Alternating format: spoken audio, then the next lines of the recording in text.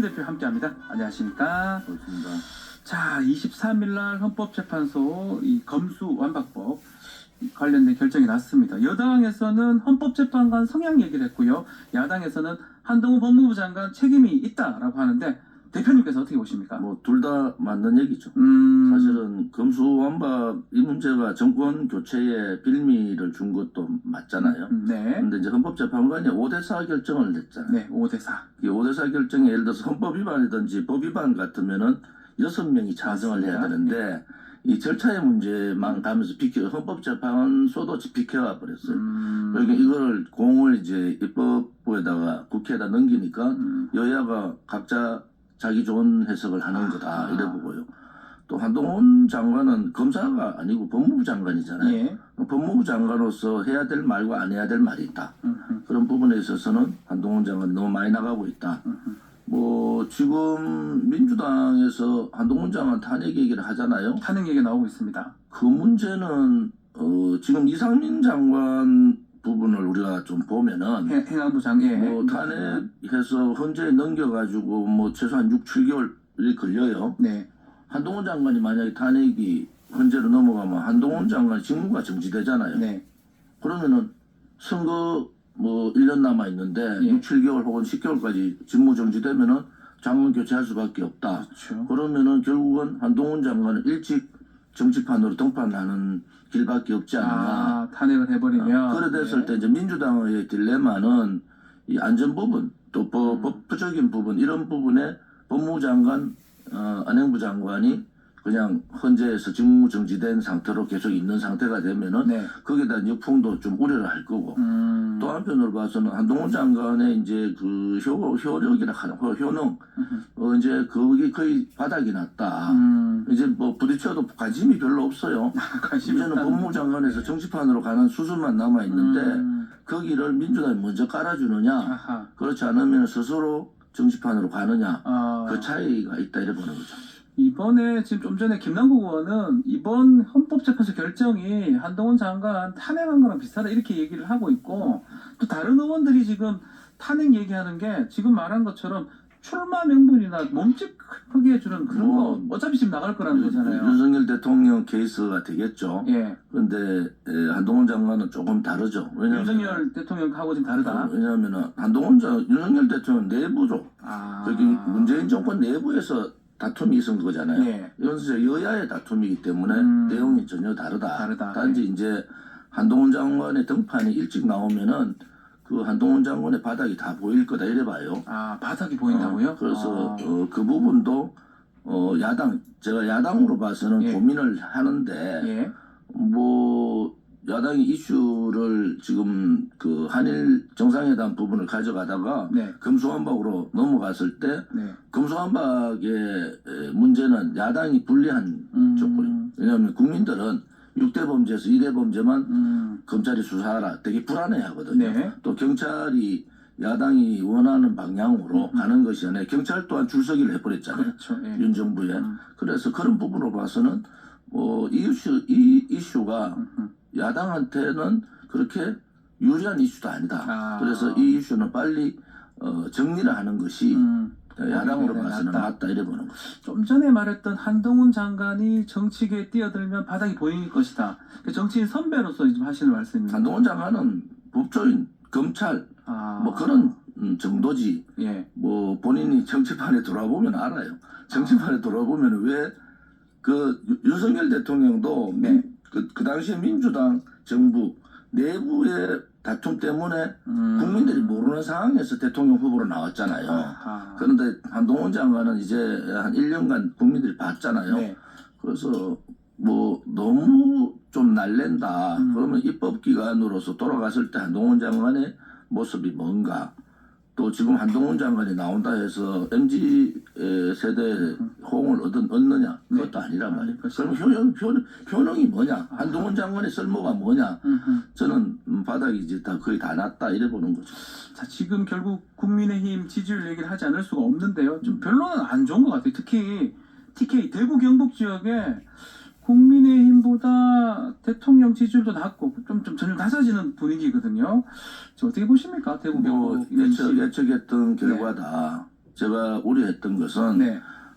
정부 여당은 윤석열 정부에 도움을 주는 건 맞아요. 네. 같이 가야 되는데 끌려다닌다든지 하명에 따라 다니는 이중대 역할은 안 된다. 아. 그래서 김기현 대표도 될 때 제가 가장 우려했던 부분이 김기현 대표가 네. 인사에 그 연포당 인사를 할 건지 그렇지 않으면은 독자적으로 목소리를 낼 건지 저는 그렇게 힘들다 이래 보거든요. 네. 그리고 이번에 그 장제원 의원 막말 이런 거 봤을 때는 이건 좀 심각하다. 제가 그 얘기했잖아요. 윤핵관들이 너무 그 밉상이다. 그러면 그 윤핵관들을 앞장 세우는 인사, 예. 친윤계만 하는 인사에부터 국민들이 특히 젊은 세대들이 돌아서는 겁니다. 김기현 대표 돌아와서 그런 모습들만 보이잖아요. 지금 경선할 때가 아니잖아요. 네. 그러면 윤석열 정부가 하지 못하는 대야 창구에 야당과의 협치의 길을 가야 되는데 네. 그 길을 가기에는 김기현 대표가 좀 버겁다. 그 윤석열 대통령이 너무 세게 진다. 그립을 너무 세게 갖고 그래서 있다. 예. 민주당은 이재명 총재 뭐 대표인데. 네. 총재 같은 대표. 예. 총재 같은 대표. 뭐, 예. 국민의힘은 윤석열 총재 같은 대표. 뭐 이중대 역할. 네. 그래서 입법 기능이 상권 분립이 완전히 무너져 버렸다. 특히 여당에서. 예. 국민들이 이미 알아요. 왜냐하면 여당에서 하는 이번에 뭐 근로시간 52시간제에서 69시간 네. 이 문제도 당이 앞장서서 가야 되는데 아. 이거 대통령실에 앞장섰다가 김대기 장관은 이해를 못 시켰다. 네. 대통령은 또 아니다. 60시간 넘어가면 안 된다. 이정식. 예. 결국은 당사자, 입법 당사자는 야당이고 네. 이 노동시간 개정의 당사자들은 노동의 취약계층들이 아닙니까? 네. 그런데 대기업에 있는 분들 다 혜택 받을 거 받고 할 얘기 다 해요. 네. 그 다음에 봉급, 근데 취약계층에 있는 노동자에 대해서 과연 한 번이라도 대화를 나눠봤느냐. 그 대화 없는 탁상공론이고 밀어붙이기식은 특히 노동시간 부분은 안 되잖아요. 그거를 국민의힘이 해야 되는데 너무 대통령실이 나선다. 그런데 대통령실이 잘 나서는 게 아니고 잘못된 방향으로 계속 가잖아요. 잘못된 것으로 가고 있다. 그러니까 예. 국민들이 볼 때 뭐지? 어허. 김기현 당대표 되면은 뭔가 좀 바뀌려고 생각했는데 안 되는구나 역시.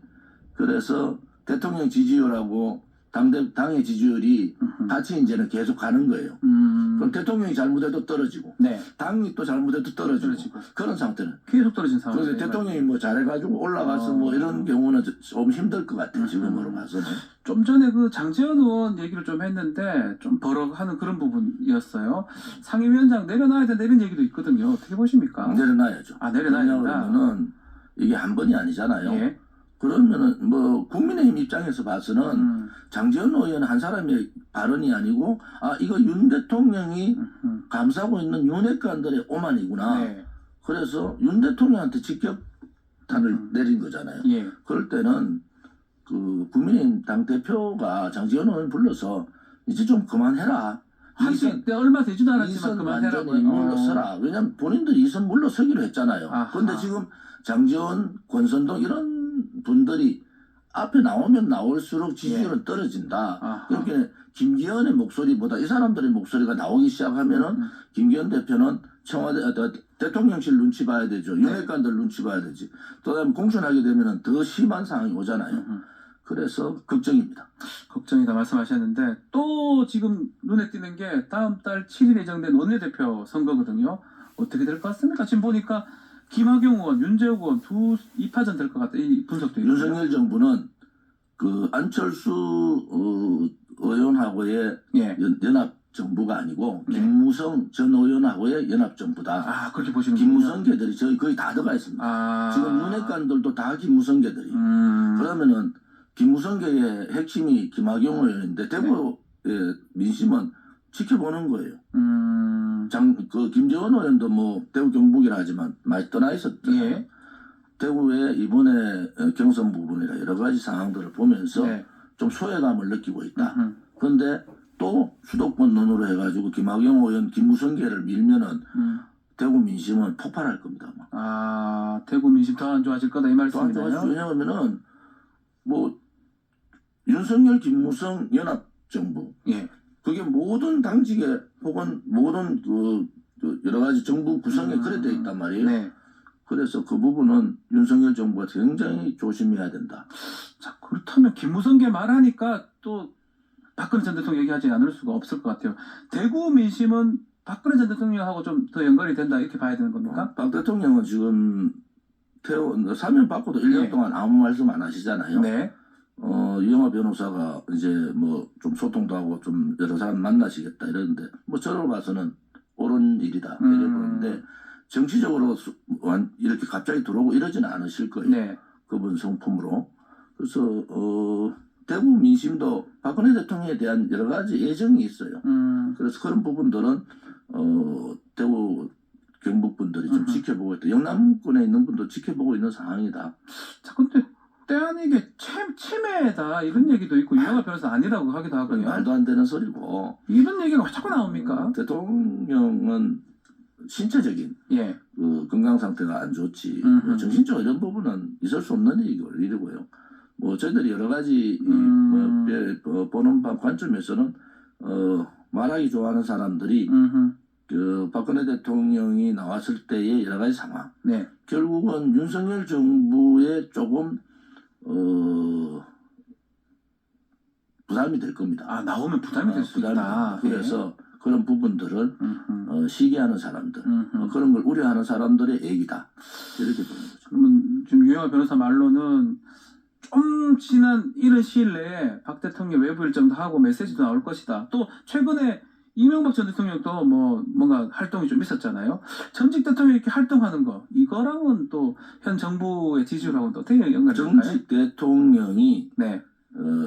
민감한 정치 역사적인 상황의 활동보다는 그냥 그 전직 대통령으로서의 활동 뭐 이런 부분이 좀 필요한데 박근혜 대통령은 뭐 탄핵 부분에 대한 분명한 재검증이 돼야 되고 박근혜 전 대통령 탄핵 그런 부분에 있어서는 왜냐하면 이게 이제 역사적으로 또 현실적으로 그 길을 갈 수밖에 없다. 그래 됐을 때 뭐 민주당도 마찬가지지만 윤석열 정부도 편하지 않을 거다 이런 생각을 가지는 거죠. 알겠습니다. 자, 지난 24일 날 윤석열 대통령 수호의 날 기념식에 이제 갔었는데 좀 울먹이는 모습이 이제 보였어요. 대통령실 이제 나라가 정상으로 돌아가는 것 같다라고 하면서 상당히 고무된 분위기입니다. 어떻게 보셨습니까? 상당히 감성이 있는 분이구나라는 생각이 감성이 했어요. 있다고요. 그런데 제가 분명하게 말씀드리고 싶은 것은 문재인 정권 5년 동안에 국민의힘 어느 국회의원도 화 하나 안 보냈습니다. 천안함, 그다음에 서해 수호, 그 55용사 관련되는 그런데 화 하나 안 보낸 사람이 대거 대통령실 헬기를 타고 갔다. 저는 솔직히 말해서 가정스럽다. 그 국민의힘 의원들이 한 번도 한 적 없는데 언제부터 그렇게 서해 수호의 날을 잘 챙기고 했느냐.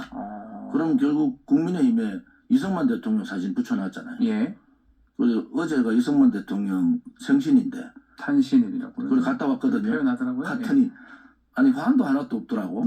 지난번 3.1절 때도 화환 하나 이승만 대통령 묘소였어서 내가 주영 원내대표한테 전화했어요. 당신들 뭐 하는 사람들이냐 도대체. 그 사진 떼라. 왜 사진은 붙여놓고 그 챙겨야 될 날은 안 챙기냐. 그렇게 이게 여당이 돼가지고 눈치 보잖아요. 그래서 저는 윤석열 정부가 대한민국의 정체성을 제대로 가치를 가지고 있느냐. 그러면서 야당하고 싸우잖아요. 그래서 좀 제대로 좀 해라. 그래서 껍데기 행동들 5년간 침묵하고 가만히 있던 사람들이 갑자기 정권 바뀌니까 대거 몰려가가지고 그런 표정들을 짓고 하는 것에 대해서 저는 이제 좀 정치인들도 민낯을 좀 내밀어라. 그대로 해라. 자기 생각대로 좀 해줘야 된다. 사진 정도 걸면은 예를 들어서 챙길 건 좀 챙겨야 되잖아요. 서해의 날에 그 대거 가서 하는 걸 제가 봤거든요. 뭐 대통령 울먹하는 부분 별개의 문제인데 국민의 그 뭐 사진 찍으려고 다 서 있더라고. 그래서 아이고 저 사람들이 정치를 하니까 국민들이 어떻게 정치인을 믿겠냐. 그러니까 겉과 속이 좀 일치해야 된다. 이 말씀을 지금 하시는 거죠? 수박은 예. 수박은 민주당만 있는 게 아니고 국민의힘의 국회의원들이 보수 국민들을 아프게 하는 수박들이다. 이렇게 보는 거죠. 알겠습니다. 자, 시간이 다 돼서 오늘 말씀 여기까지 듣고 또 다음 주에 뵙도록 하겠습니다. 오늘 말씀 감사합니다. 조원진 우리공화당 대표님과 함께했습니다.